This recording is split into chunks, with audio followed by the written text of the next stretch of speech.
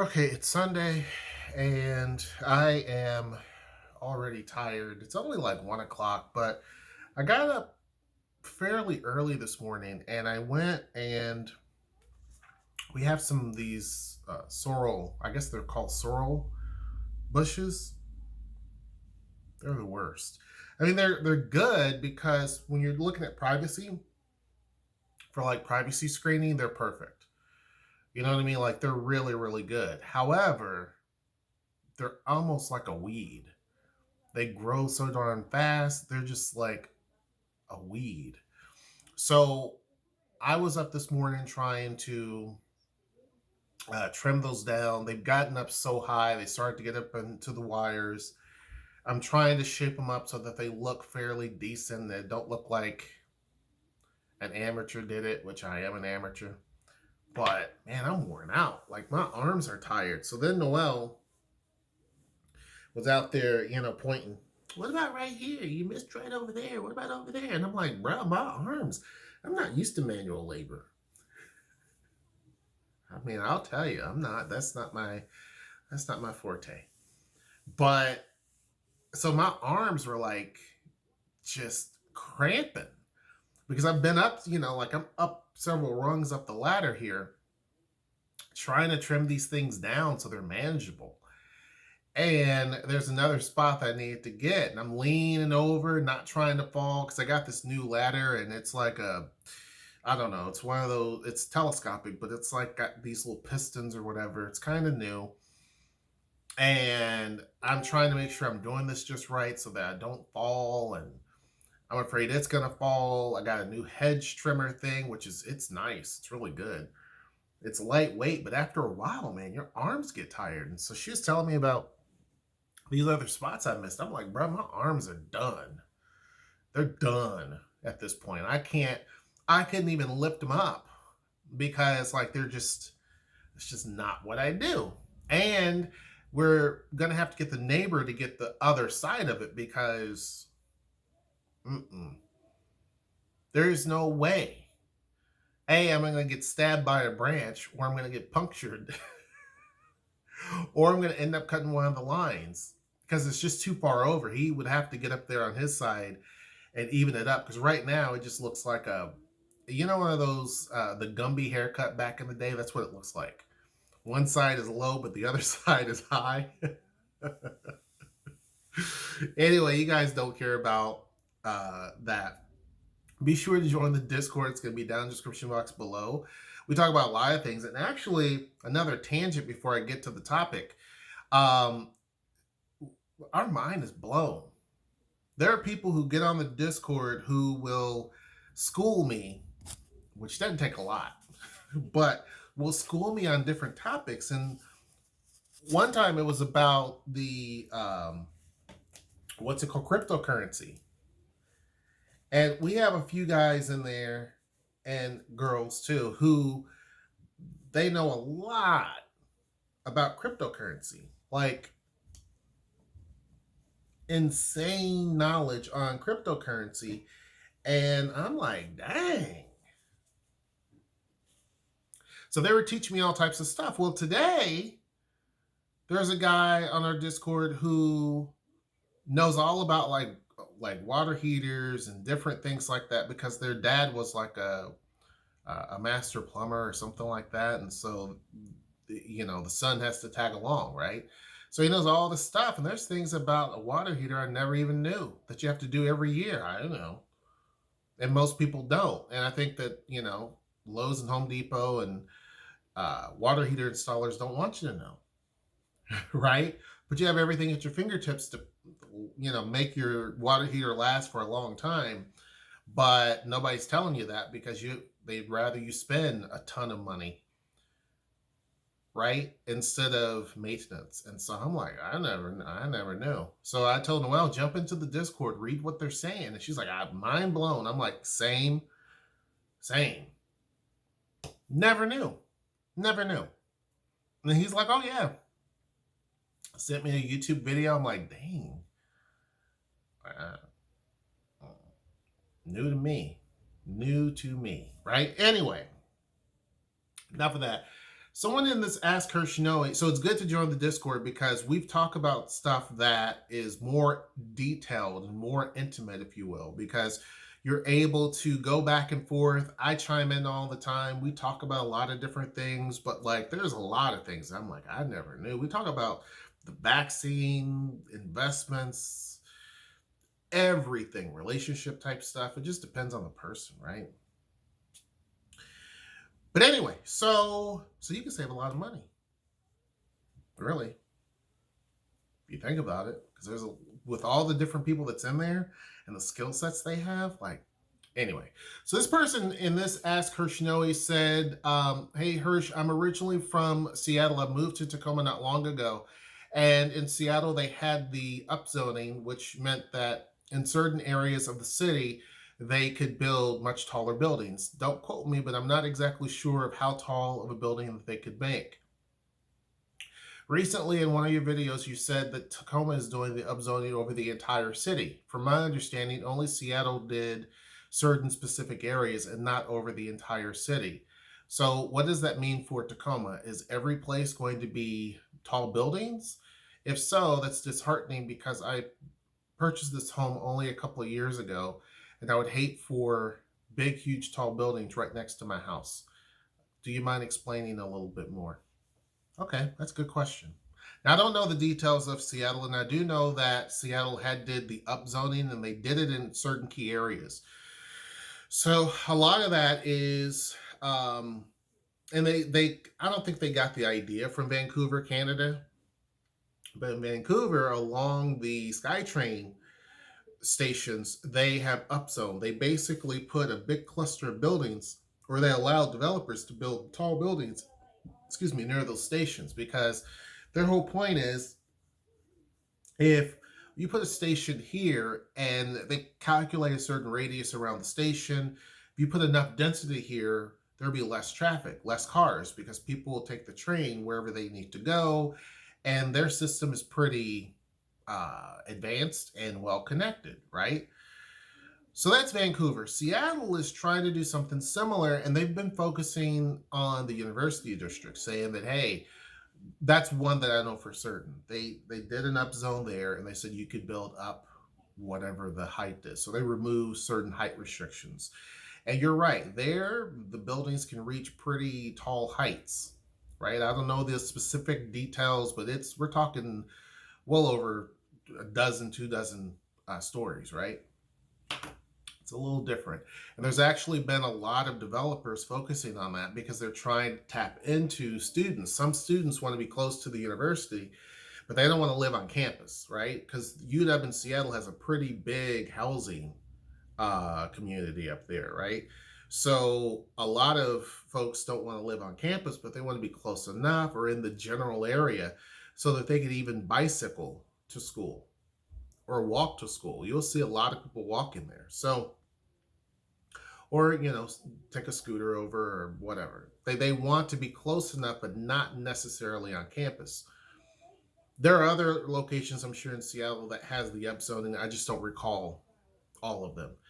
Tacoma, on the other hand, is banking on the fact that we're not going to get developers that are going to build 30 and 40-story buildings like what you have up in Seattle. It's just not going to happen, right? And if it does, you're going to see most of that downtown. You're not going to see it over at the mall or towards Spanaway. You're not going to see that, right? You're just not. We don't have, unlike Seattle, we don't have these hubs like what you see there. The University District, if you took away the rest of Seattle, the University District is like a city of its own, right? It's got its own hospital there, which is the only trauma, first level trauma center, I think, in the entire city or the area. It has tons of housing. It's got tons of students, tons of shopping, tons of retail. It has a mall over there. It really is its own city, right? Another area that's similar to that would be the Denny Triangle and Amazon campus. If you took away the rest of Seattle, it's like its own city, right? because it has all the housing, office, retail. It's got a ton of stuff. So Seattle, and there's others, Seattle has the benefit of being able to really put wherever they want. They can actually put these little hubs and connect them and get a big bang for the buck. Yesler Terrace could arguably be another one, the International District. These are hubs. Tacoma doesn't really have that. You see what I'm saying? We don't really have it like that. And so you're not going to have developers who are willing to build up because we don't have a lot of those hubs. The only hubs that we got, and there could be others that ring off the top of my head, would be the Dome District and downtown. They're very close together, and you literally couldn't, transportation's connected between the two. If they were going to do upzoning, that would make a lot of sense because, and we're talking greater than 20 stories or 20 stories or something like that. That general area makes sense. Downtown, Dome District, that makes good sense, right? Beyond that, it doesn't. When I say downtown, I'm talking hilltop, hillside, all of that. It makes better sense. But even in those areas, you're not going to really see that. You're going to see a lot of mid-rises, if anything.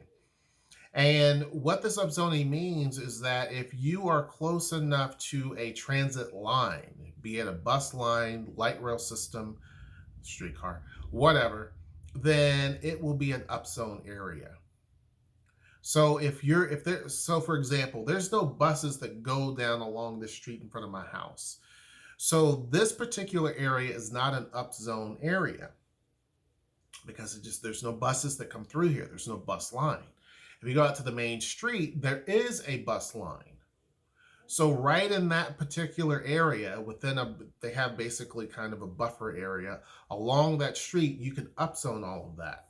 Or they have it where it's upzoned. So that means that if a house becomes available or if land's available or whatever, a developer can buy it and they can build a denser setup. So this doesn't mean you're going to have 40-story buildings, but what it could mean is you may have a 3-story building that's a fourplex. Or you may have where tiny homes are involved, but it's kind of built into the system. Or you may have a cottage style courtyard type deal where you have, apartments that are going up to 3 stories, and then you have these other things that kind of fan out, these other apartments that fan out, and in the middle is like a courtyard, but you may have like limited retail in that general spot, right? So it provides housing, it provides like a courtyard setting, and it also provides limited retail, right? By limited retail, we're talking like it may have a dry cleaning place, or it may have whatever. So a place to eat. But you have kind of like a small area that is not inundated with retail, but it's enough to satisfy the community. So it creates a local hub type of deal. But generally what you're going to see in a lot of this is more densely packed homes. They may knock down, similar to what's been going on now, they may knock down a house and put 2 homes on it. So the homes are in a much more narrow footprint. There's a video that will go up hopefully before this that is looking at a house in New Orleans, and it's a very long house. It's a skinny house. And so some of these lots may be similar here, where they will literally try to fit as many houses as they can on one particular lot. But if it's a long lot, they may make them fairly long houses. So therefore, you're still getting the size of house most people are wanting, but it's just in a very narrow footprint. So then they're able to put more families there. That's the main thing. So it doesn't necessarily mean that it has to be a certain height. It could be that they're still 1 story, but they're trying to pack as many people or many families as they can in a small area. So the density of the city will grow. You can't really grow Tacoma's footprint. Like, you can't annex land. My hometown of Bowling Green, Kentucky, you can grow the city, literally. You can find all that farmland and the city can annex it and turn it into the city limits. They do that often. Here in Tacoma, you really can't do that. The only place that was kind of in question was Ruston, the city of Ruston, because of the whole development over there and the lack of permits being pushed by the city of Ruston in the same frequency as what we were doing. So that became a question at one point. But since they've actually changed their their tactics and they're moving faster on it. But other than that, you really can't. There are other places south of the city. So Parkland, Spanaway, Midland. There's certain areas that are kind of unincorporated. Excuse me, they're a part of Tacoma or a part of Pierce County. And so they don't belong to any sort of city. And so a lot of the cities now down this way are trying to merge and annex as much land as they can and say, no, we're our own independent city. We don't want Tacoma to stretch any further south, right? Or west or east. So you do have some of that going on, right? And you also have this movement of where I said, I did a video a long time ago where, there's a chance that Tacoma could have its own mega city right next to it. So you would have literally kind of like twin cities. Tacoma would still be bigger population-wise, but you would generate a pretty big city if they were to merge all these towns together and cities down here. So if they did that, that would literally block Tacoma. And some people are pushing for that because they're afraid Tacoma will eventually just run out of space and use a lot of influence and power and money, because the money is here in Tacoma to literally try to do a forced annex. So it's like beating each other to the punch, right? Taking land before it's too late. But the easier thing for the city to do is to work with what it has and to really try to upzone. So therefore, a developer may say, you know what, that house for $380,000 is, if I were to flip it, like, I'm not going to get a lot for it. But if I were to knock that house down and I build a fourplex, then I'm able to rent 4 units out over a certain period of time, or I can basically build a small condo type setup or townhouses, and I can sell 4 units for $380,000 or $400,000 a piece. That makes a lot more sense. So you have developers who are saying, you know what, $380,000 by itself, trying to flip that house, I wouldn't get a huge amount of payout. But if I can knock that down in the same footprint, build what I need to build, and put 4 units in it that I can sell, that works. And so the city is saying, let's do that. Because now one family that is taking up that space, now you can have 4 families that take up that space. And so it's a matter of just trying to fit more people into this, because the actual demand is so high. The demand is so high that no one can really keep up. If you were to build some of the mid-rises, they take a long time to build, a really long time to build. And then you have to furnish them and do whatever you're doing. It takes a long time. When you look at, for example, the Tacoma Town Center, I have no idea what's going on with that, but they built a huge, big part of that, and they're still working on it. You know what I mean? When you look at the, I forget what it is. It's the bank building in Tacoma that they're actually, Washington Bank, I think.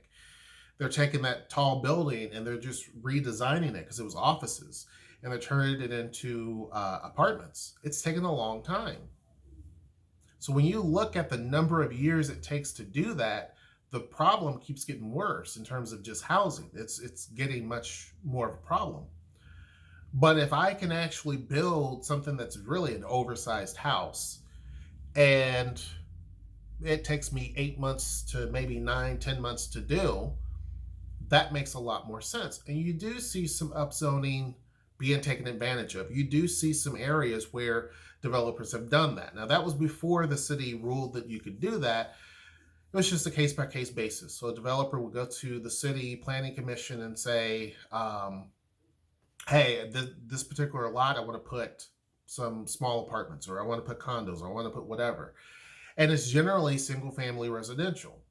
But if the planning commission votes and says, sure, you can do that, then that's what developers did. So they would just go in and do that. But it was an extra step that you had to do, and you have to get approval, and you have to do all this other stuff.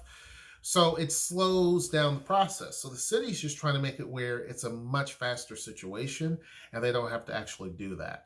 So I don't necessarily, so there's 2 things to answer your question. If you live along a bus line or a transit line where there's actual stops along your street, if you see a city bus going down your street, then yes, there's a chance that your area is in the upzone type deal. There's stuff you can go on the city's website and you can see if your particular location is part of the upzone deal. It's in pretty good detail. The other part with that is if you are, so if you're not, nothing to worry about. If you are, then it's a matter of if property becomes available. If there's a house near you that becomes available, then you may have a particular issue. There's a home here. I don't know what it was. It's not a home. It's a pretty big building. You could see a lot of people in that building. It's looks like a house, but it's not. I don't know if it was like a drug center treatment type place or what, but it's been vacant. It's not along a transit line, but it's close enough.